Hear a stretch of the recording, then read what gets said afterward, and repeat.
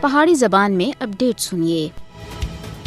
RSS کے اتنے مبنی نظریہ بھارت اور مقبوضہ جموں کشمیر کے مسلمانوں کے واسطے بہت بڑا خطرہ بن گیا ہے۔ مودی دے بھارت وچ مسلمانوں دے نال زندگی دے تمام شعبیاں وچ امتیازی سلوک کیتا جا رہا ہے۔ مودی حکومت سن بھارت وچ عام انتخابات تھیں پہلا ہی متنازع مسلم مخالف شہریت ترمیمی قانون CAA کو نافذ کرنے دا اعلان کر کے دا ہے۔ شہریت ترمیمی قانون بھارت تے گوانڈی ملکاں دے مسلمان پناہگزیناں تھی علاوہ تمام مذاہب دے نال تعلق رکھنے والے لوگوں کو بھارتی شہریت دینے کی اجازت دیندا ہے۔ مسلمان کمیونٹی کو اس قانون دے دائرے کار تھی باہر رکھنے دے واسطے انسانی حقوق دے کارکناں اور سول سوسائٹی دے نمائندہ سن CAA کو مسلم دشمن قرار دے دیتا ہے۔ مودی حکومت کی طرف سے 2019 وچ متنازع شہریت ترمیمی بل دی منظوری تھی بعد تے پورے بھارت وچ بڑے پیمانے دے اتے احتجاجی مظاہرے شروع ہو گیا سے۔ اس قانون دے تحت بھارت تے گوانڈی ملکاں تھی آنے والے غیر مسلم شہریاں کو بھارت کی شہریت دیتی جا سی۔ ایکٹ کے تحت 31 دسمبر 2014 تھی پہلا بنیادی طور دے اتے افغانستان، بنگلہ دیش اور پاکستان دے بھارت آنے والے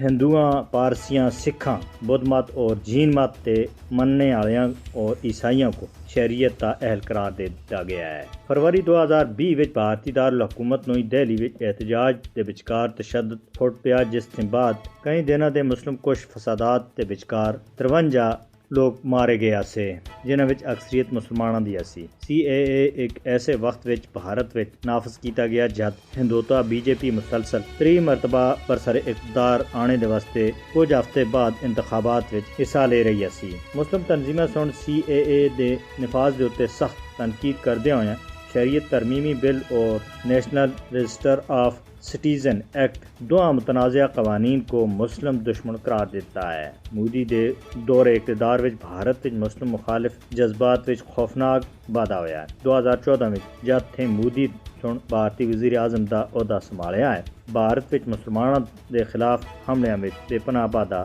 دیکھنے وچ آیا ہے۔ سستائی مودی حکومت بھارت اور مقبوضہ جموں کشمیر وچ مسلمانوں دی بنیادی آزادیاں اور حقوق کو پامال کر رہی ہے۔ دنیا کو بھارت اور مقبوضہ جموں کشمیر وچ مسلمانوں دے حقوق کے تحفظ دے واسطے عملی اقدامات کرنے چاہیے۔